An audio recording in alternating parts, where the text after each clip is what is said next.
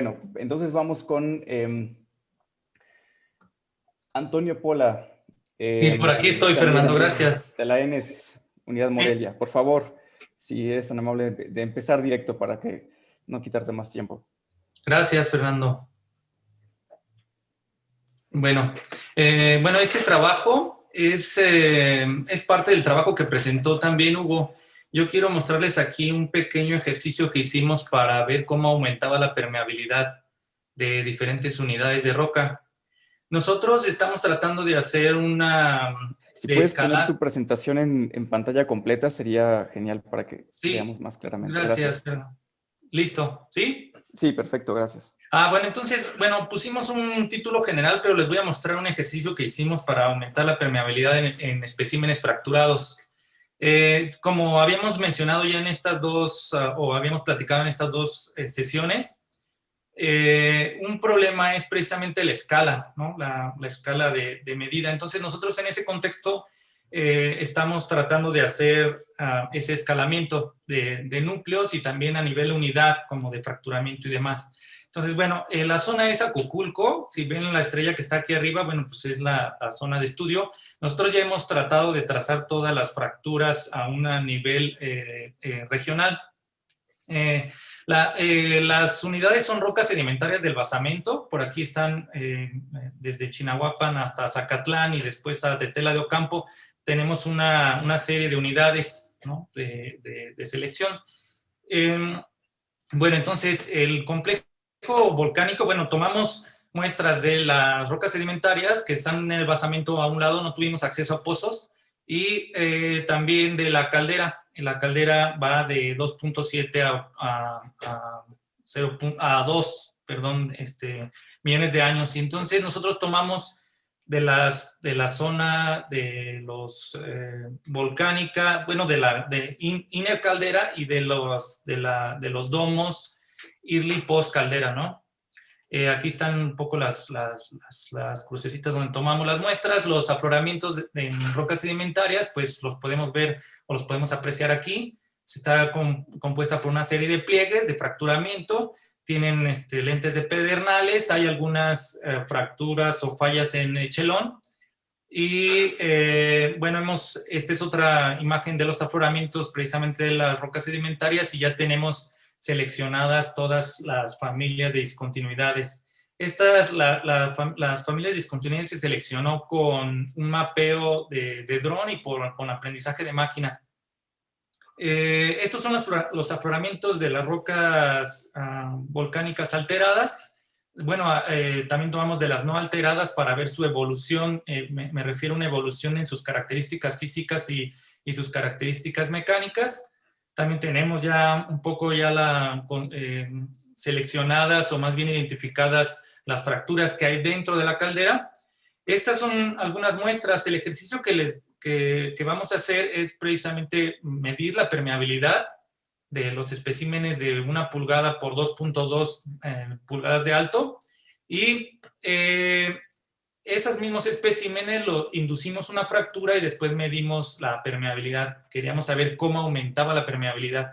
Entonces lo que queremos hacer es asignar permeabilidad a la matriz rocosa o la roca intacta y asignar o tratar de asignar la permeabilidad a las discontinuidades y después tratar de encontrar la permeabilidad en general. Las rocas sedimentarias, bueno, pues se identificaron, ahí tenemos algunos fósiles, algunos óxidos, hay estilolitas, diferentes fracturas desplazadas y algunas rellenas, ¿no? Normalmente de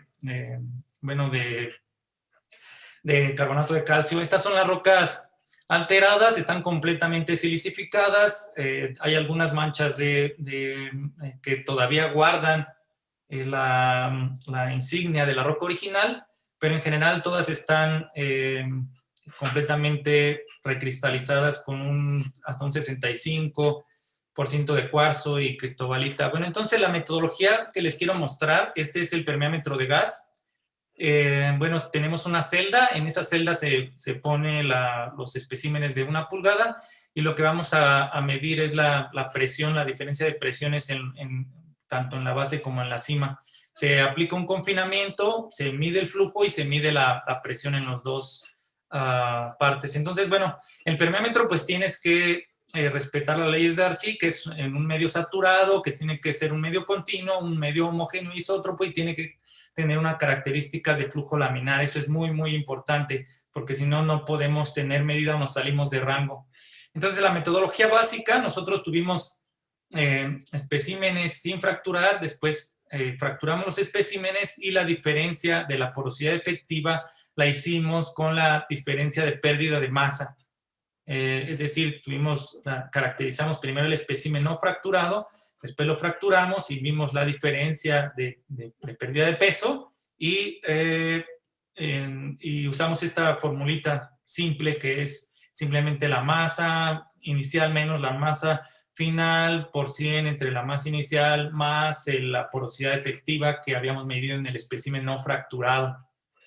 Entonces, bueno, algunas relaciones entre las propiedades, lo que podemos ver aquí en rocas escaneadas, en la base de las rocas escaneadas, bueno, pues las rocas alteradas tienen estas oquedades, esta porosidad efectiva muy marcada. En cambio, las calizas o las rocas que no están alteradas, pues encontramos, pues prácticamente no hay poros, y posiblemente la porosidad se deba al contenido de fracturas. Y en las rocas alteradas, pues a la alteración hidrotermal y demás. Entonces, estas dos imágenes se las presento solamente para aclarar la relación que hay entre las propiedades. Lo que podemos ver aquí, a mano izquierda, siempre tenemos cuando hacemos pruebas de resistencia, siempre lo vamos a leer gráficamente en gráficas de esfuerzo, deformación. El esfuerzo está en la Y y la deformación en la X. Tenemos que ver en las calizas que estamos en un rango de 0 a 250, calizas que están con fracturas recristalizadas, pues tienen una resistencia casi de hasta 200 megapascales. Bueno, va a depender también de la posición en que se encuentran esas fracturas. En cambio, fracturas que están o que tienen 2 o más o fracturas conjugadas resisten un poco menos y por ejemplo, hay otras que tienen estilolitas que tienen desplazamiento, pues resisten hasta 100 megapascales y especímenes completamente homogéneos, pues van a resistir arriba de 200 megapascales. En las rocas alteradas tenemos que ver la escala, esta viene de 0 a 100 megapascales, pues vemos que las rocas muy, muy alteradas, pues tienden a tener a menor esfuerzo un desplazamiento, una deformación mayor. Y bueno, esto se debe precisamente no solo a la cantidad de poros, a la cantidad de oquedades, sino al tamaño y a la distribución de estas oquedades y bueno, microfracturas y demás. Tenemos una relación entre propiedades, esto nada más como para visualizar. Siempre las rocas alteradas, las rocas volcánicas y rocas volcánicas alteradas las tenemos a mano derecha. Ahí sí se puede seguir una tendencia de las unidades.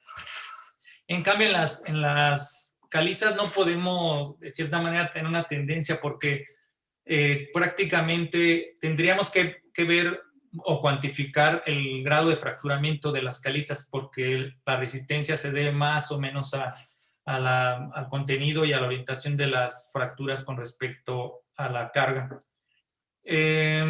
Bueno, entonces, el resumen de datos, nosotros tuvimos, como les mencionaba, teníamos la porosidad efectiva de los especímenes, tenemos el aumento de la porosidad efectiva cuando están fracturados y también la permeabilidad de los especímenes cuando están fracturados. Lo que podemos ver a mano derecha, tenemos la permeabilidad de la roca fracturada y la porosidad efectiva. Entonces, lo que podemos ver, a grandes rasgos no se ve una buena relación. Nosotros hicimos también una ecuación de regresión lineal para tratar de poder atribuir la permeabilidad de rocas o que tengan fracturas. Y esta interviene en la porosidad efectiva de las muestras fracturadas, porosidad total de muestras no fracturadas, porosidad efectiva de muestras no fracturadas también.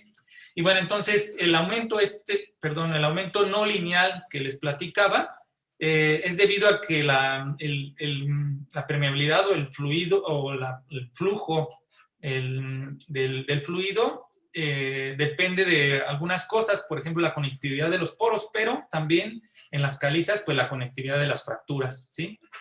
Entonces, bueno, lo que podemos ver aquí, la permeabilidad de las rocas sedimentarias no muestra grandes variaciones en especímenes no fracturados, pero cuando fracturamos, aunque sea un aumento pequeño de 0.58% por ciento de porosidad efectiva, la permeabilidad aumenta mucho y esto lo vamos a ver.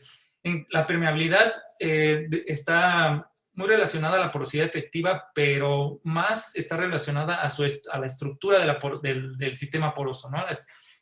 Y también va a depender de algunas cosas que ahorita comentamos. Entonces, bueno, en esta gráfica tenemos la permeabilidad del lado de las Y, y de las X tenemos uno entre la presión. Bueno, entonces nosotros tratamos de hacer la permeabilidad. Si vemos, tenemos permeabilidad de rocas intactas o de especímenes no fracturados y tenemos estas líneas rojas que indican que es una muy baja permeabilidad. Entonces, cuando nosotros esos mismos especímenes los fracturamos, vemos que aumenta la porosidad, perdón, la permeabilidad, debido pues a las fracturas que inducimos. Entonces, 5 minutos sí, más, gracias. Antonio. Sí, gracias, Fernando. Entonces, lo que podemos ver también en esta gráfica, esta prueba se llama de 5 puntos, hace 5 diferentes presiones y obtiene 5 permeabilidades al gas.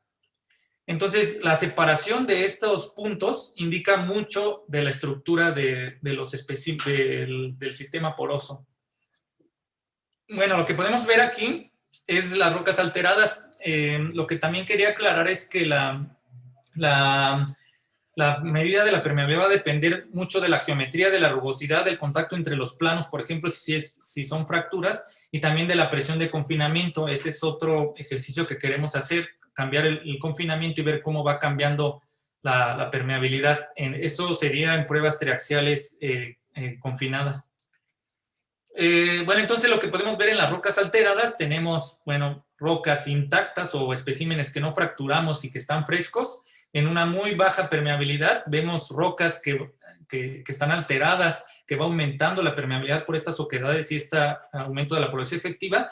Y después vemos rocas fracturadas que en realidad aumenta, pero lo que les mencionaba, como el sistema poroso cambia, entonces nosotros tenemos que dar diferentes diferenciales de presión, ¿sí? Entonces, esto para respetar las leyes de Darcy, en rocas fracturadas, donde el flujo podría ir más rápido, pues entonces tenemos que hacer diferenciales de presión mucho más cortos. En cambio, a lo mejor si tienes un sistema no completamente lineal, pues entonces podemos dar flujos más grandes y podemos dar diferenciales de presión más grandes también.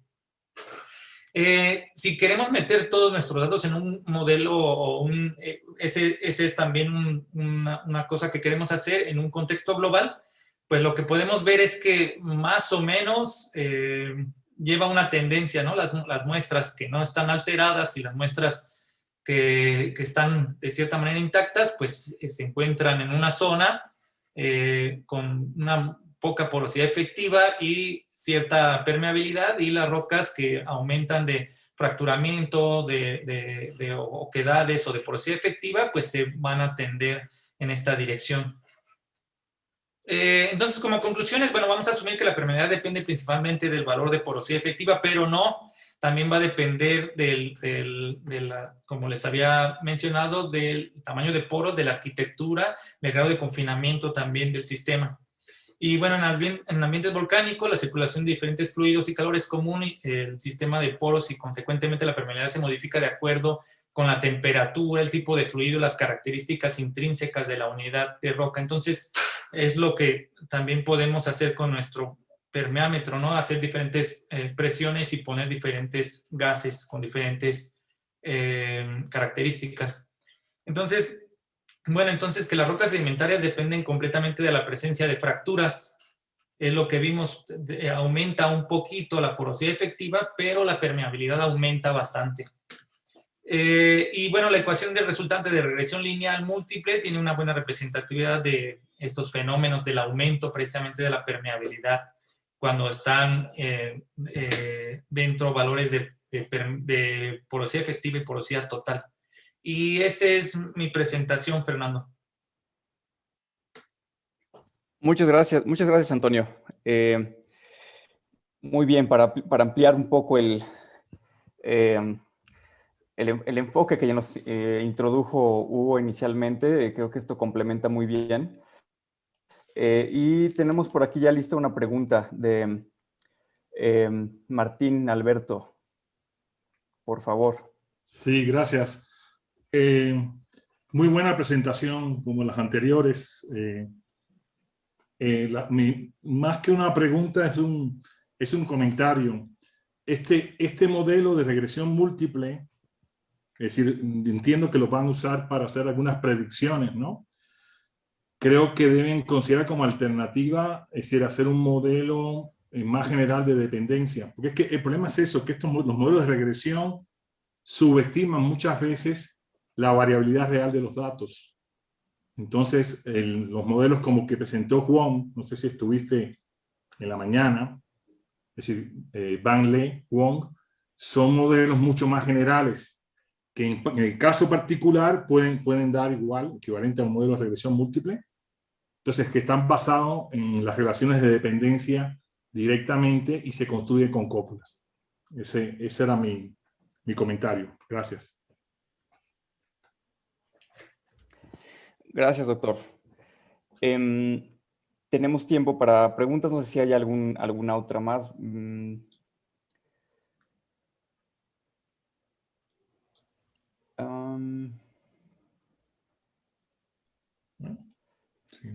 Sí, tenemos aquí a la doctora Sandra Vega.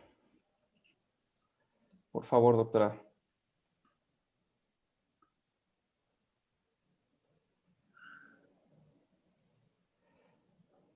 La doctora Sandra Vega levantó la mano. No sé, ya la escucho ahora sí, me parece que... ¿Sí me escuchas? Sí, ahora sí, ahora sí. Sí. Por favor, doctora. Yo solamente quería hacer una sugerencia. Cuando vi el gráfico de luz CS,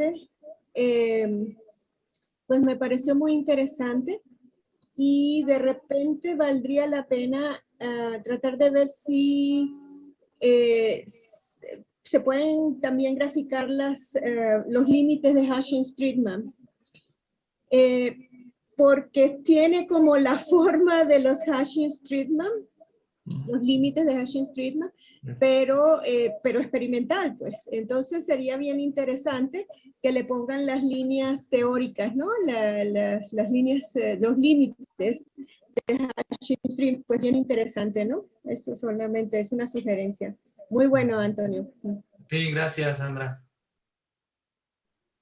Gracias, doctora. Tenemos una pregunta más de Manuel Coronado.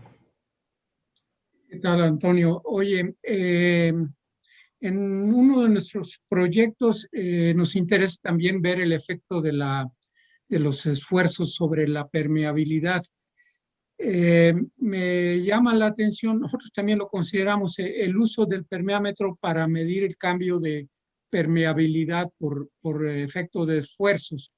Sin embargo, nosotros nos cuestionamos el tipo de esfuerzos que podemos emular en el permeámetro, que qué tanto se podrán realmente parecer a los que ocurren en las formaciones y que nos interesen.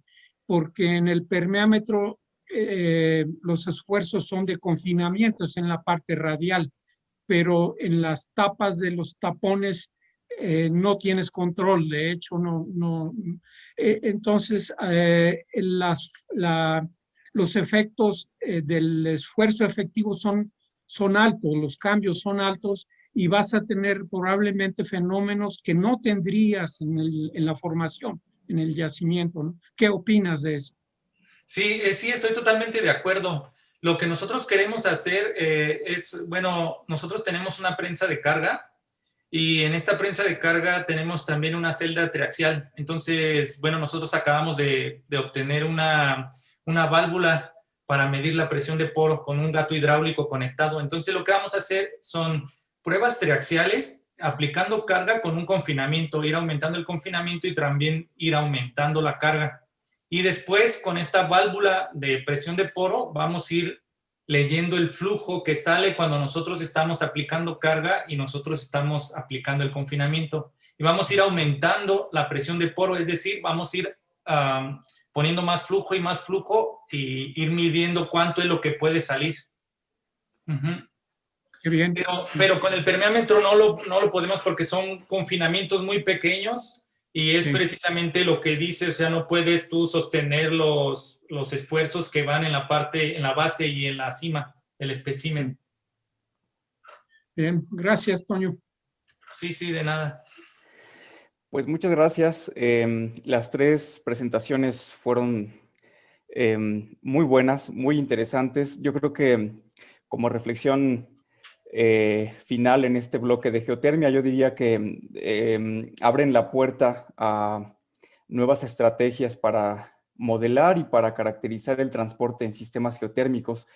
Yo creo que hasta todavía en la actualidad, cuando uno va a hacer un modelo de un sistema hidrotermal, recurre a suposiciones básicas que son pues estándar desde hace algunas décadas ya. Y estos nuevos estudios que están haciendo ustedes, yo creo que son un enfoque nuevo, es nueva información que se tiene que ir incorporando gradualmente a la forma como estudiamos los sistemas hidrotermales. Entonces, a mí me ha parecido muy interesante, enriquecedor ver estas 3 presentaciones. Y bueno, felicidades. Sin más, le dejaría ya la palabra a Isaac para que demos paso al siguiente bloque.